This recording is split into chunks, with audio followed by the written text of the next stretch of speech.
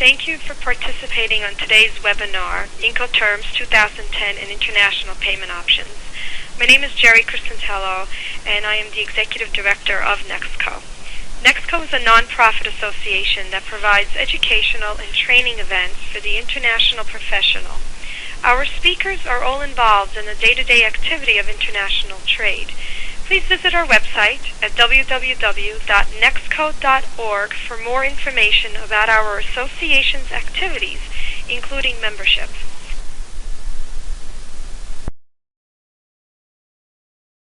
Look at these new rules that have come into effect on Jan 1, 2011.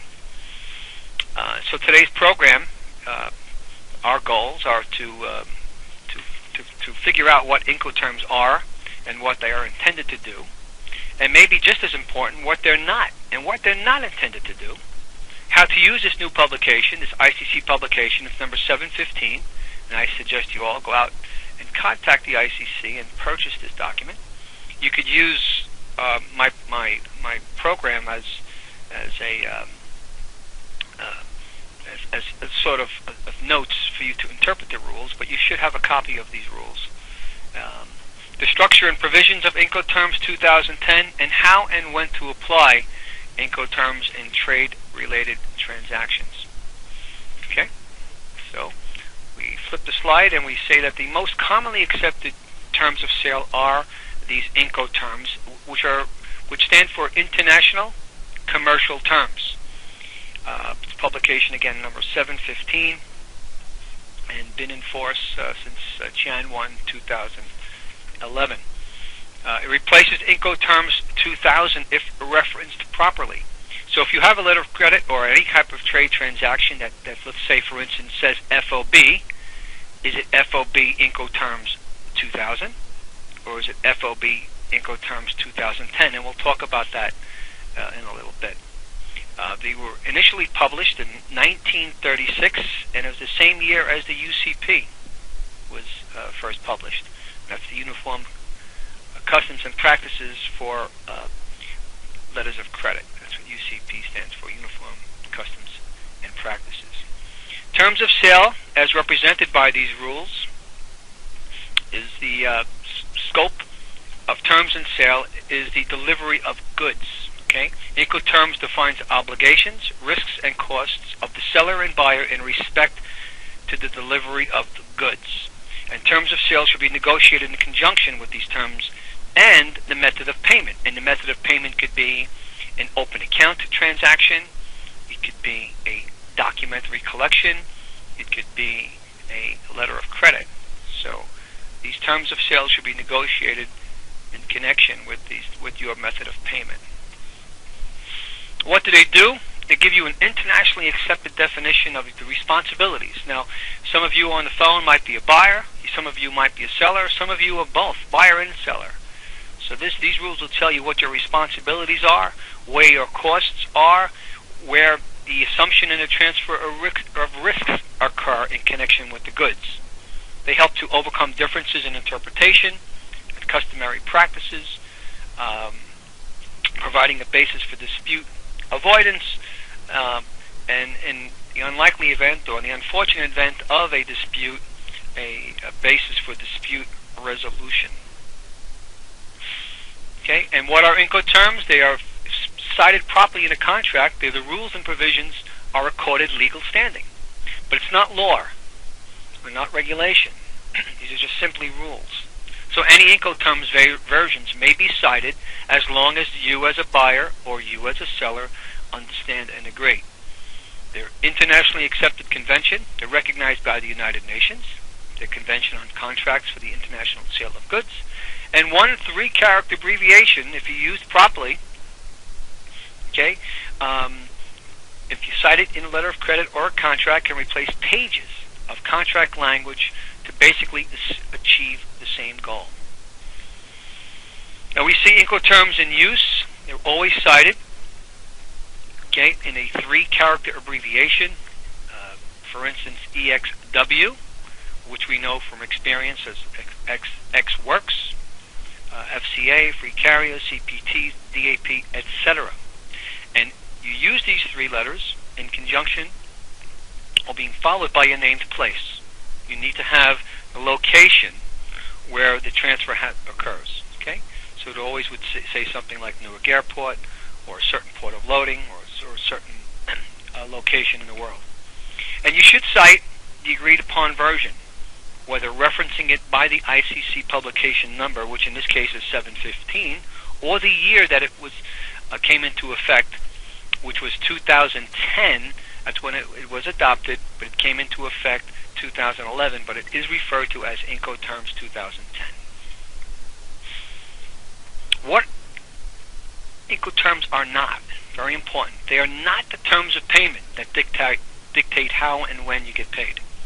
Okay, that's the, for instance, a letter of credit, a documentary collection, or an open account. So it's not a term of payment. They do not speak about forms of payment. Okay, as I just mentioned, cash in advance, DCs, open accounts, or doc credits. They do not speak how long for you to get paid. If we're talking about a letter of credit, we have site LCs, which means you get paid usually within 5 banking days of presenting your compliant documents. They are not a U.S.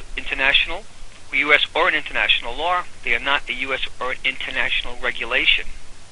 They are also not the American foreign trade definition of 1919, which was revised in 1941. We still see contracts citing those Incoterms. Okay, so that's something that you want to pay attention to. Those foreign trade definitions of 1919, which were revised in 41, are still in effect, and they can be used, and they are used. But we suggest that you, if you're going to do a trade transaction, that you use these rules. Incoterms do not speak to the transfer of title nor the ownership of goods. That should be addressed in the contract of sale and recognized and controlled by the underlying transport document. The underlying transport document, which would be, for instance, the ocean bill of lading. So how that bill of lading is consigned would signify how the ownership of the goods are passed, how the title to those goods are passed. Okay. Going forward here, what has changed? They say now it's a domestic as well as an international focus. Gone is crossing of the ship's rail for risk transfer. It provides for information and documents via electronic means. Okay, so it's recognizing, for instance, the explosion or the involvement of the Internet, supporting international security requirements in view of the Patriot Act, which was signed into law after Incoterms 2000.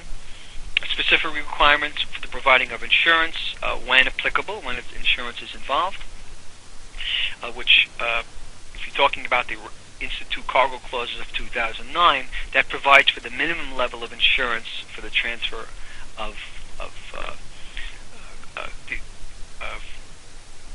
for the transfer of cargo. Yes. Okay. Going forward, string sales. It also recognizes string sales, which is the selling of commodities, where cargo is sold several times during a transfer down a string. Okay? Sellers in the middle of the string do not ship goods, but seller has performance obligations not by shipping goods, by procuring goods they have been shipped. So this is basically what you're looking at, an oil shipment of goods. Okay?